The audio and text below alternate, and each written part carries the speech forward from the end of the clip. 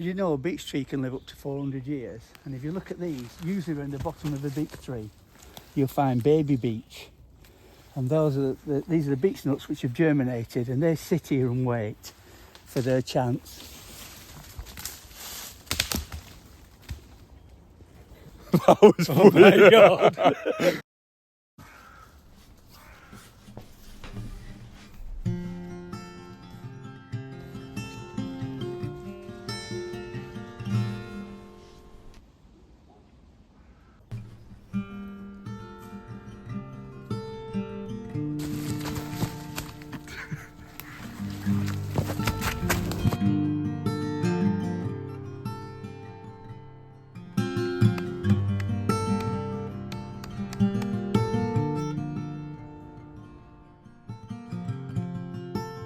Welcome to All You Need to Know About Trees, and this is one of my faves.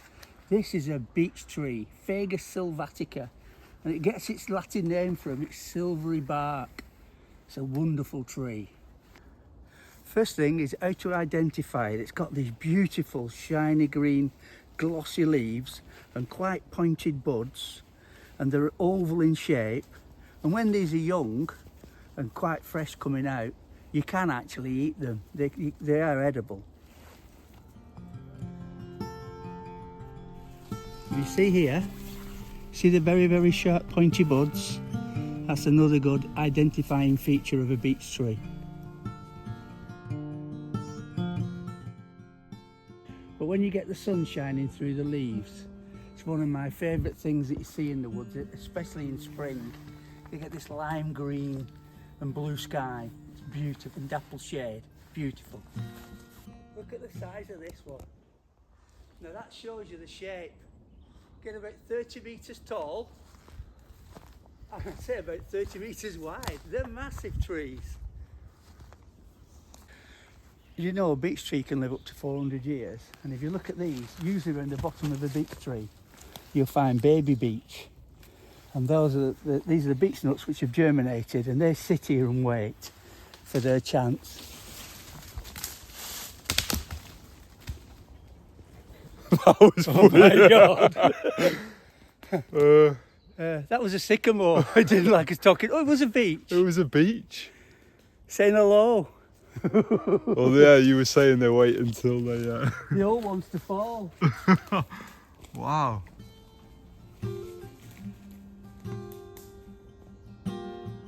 That must have just been my voice. Just the resonance of my voice just tipped it over the Yeah, edge. because you're such a thespian. So look at it. Hey, that had landed on us with a no.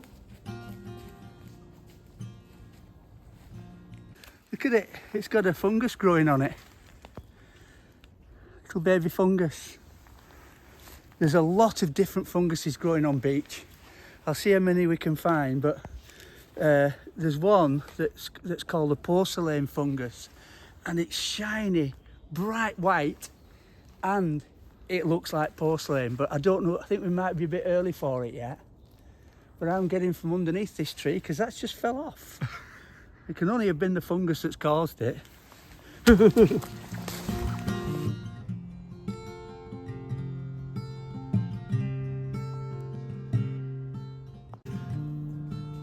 This is Will The Plantson. Hello. Playing in the woods like he used to do when he was little. And he used to nearly fall when he was little as well. I really like beech as a tree. Now the fruits off a beech tree are a beech nut. There's some old ones on the ground here. These are very old, but inside each one of these shells is normally a beech nut.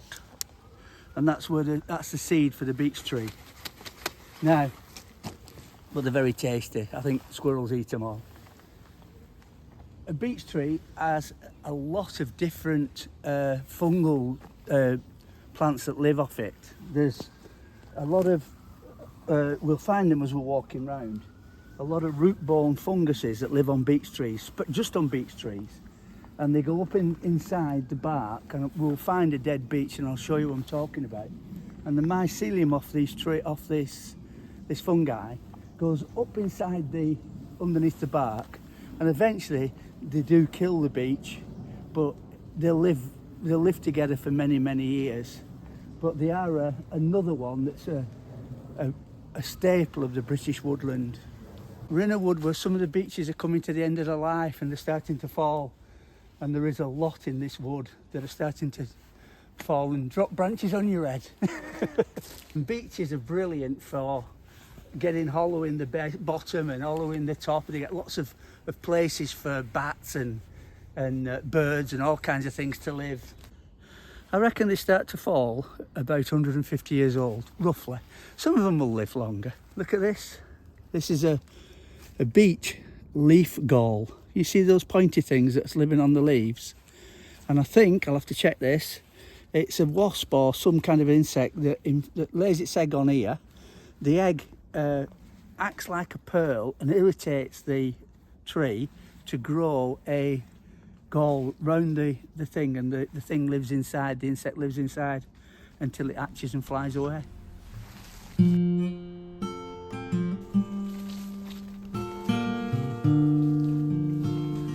Look at this one, will you? This is what they call an artist polypore. You see, it's called a polypore because it's got pores underneath. It's brown on top, a bit like a horse's hoof. And this is the one, the reason it's called an artist polypore is if you prick it or scratch it with something like a piece of stick, like a matchstick, you can draw on it, and then when you dry it, that picture's there forever. Well, there's some more here, look. This is what they look like on top. You see, they've got this hard brown top, and the spores drop downwards. Very common on beech. And that's what's probably weakened it and caused this branch to fall off. William, some leftovers here of giant polypore. Now what this fungus is, it's a fungus, so I can break one off and show you. It's a fungus that lives on the roots of beech trees. Now, they don't do the beech tree any good. Eventually, it's this killing the roots which will kill the beech tree. But once the beech tree's fallen over and died, it changes from a fungus that attacks the roots to a fungus that eats the wood. And it'll return all this beech tree back into nutrients, back into the earth for other young beech trees to use again. So it's a circle of life.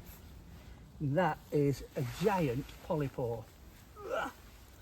It's been snails have been eating it, but you can get the idea. So that's a polypore because it's got pores on the bottom. This is a small piece, get a lot bigger than that. It's a giant polypore, but we'll find more. Behind you there. There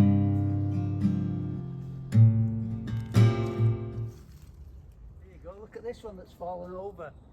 Most trees don't have a lot of roots because there's no air. It's called anaerobic conditions. When you get to this subclay underneath, there's no air for the trees to breathe. So the roots tend to only go down about 2 foot, 3 foot, as far as the air can percolate down. But they spread really wide. But they're not very thick, as you can see. And it's almost like a sucker. If you can imagine like a kid's bow and arrow, which sticks onto a piece of glass. That's the sort of thing it does, but it spreads out a lot wider. And you only need a few of these big anchor roots to snap, and whoosh, the whole thing's gone down. Now this one is thinking, thanks a lot, you've made an hole in the canopy, that space is mine. And look at that big hole now that this tree can grow into. So it's just the way things work. One falls down, others grow in its place. Look at this tree, what a magnificent beast. But, unfortunately, it's fallen over, and that used to be the forest floor. You see, nothing grew underneath the beech tree. Now, the beech wood, this is beech, this is now, there's that much wood in there. If you could get that to a sawmill and get it sawn up, the beech wood is lovely for making furniture. You can cook on beech wood, you can make handles for spades, there's all kinds of tools. It's an absolutely fine grain, beautiful wood to work with once the tree comes down. But look at that behind you.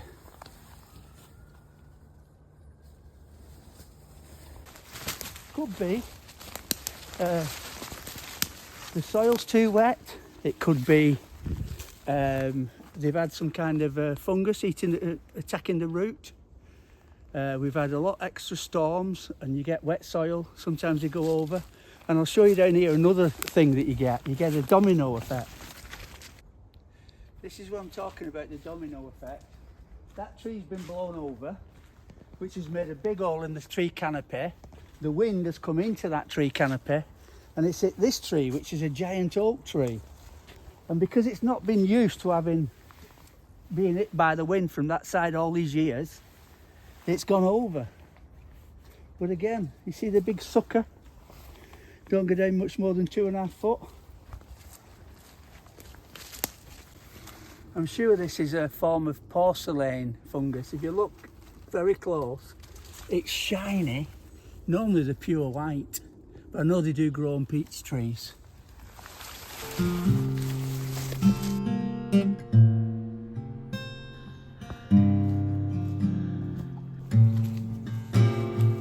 Here you go, this is the start of the autumn colours.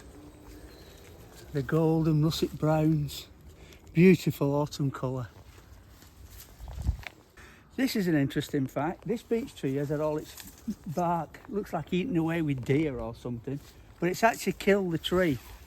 Now, something you will notice with young beech trees, they hold the leaves, in the winter when the leaves go brown like this, they keep hold of them all winter to protect the young buds from the worst of the weather.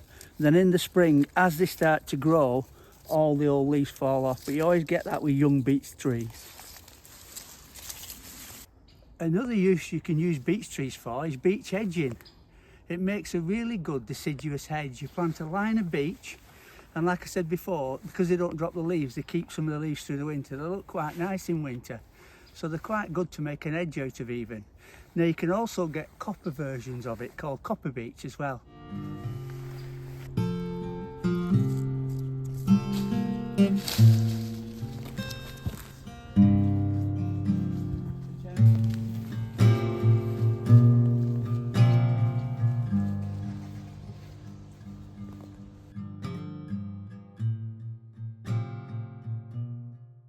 So that was our second in the series of trees. This was the beech tree, obviously. We've got oak and we've got many more to come.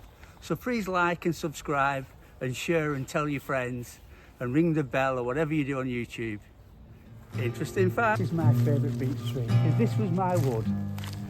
This is where I'd have my log cabin underneath this tree. I love this tree. Just going to go and give it a hug.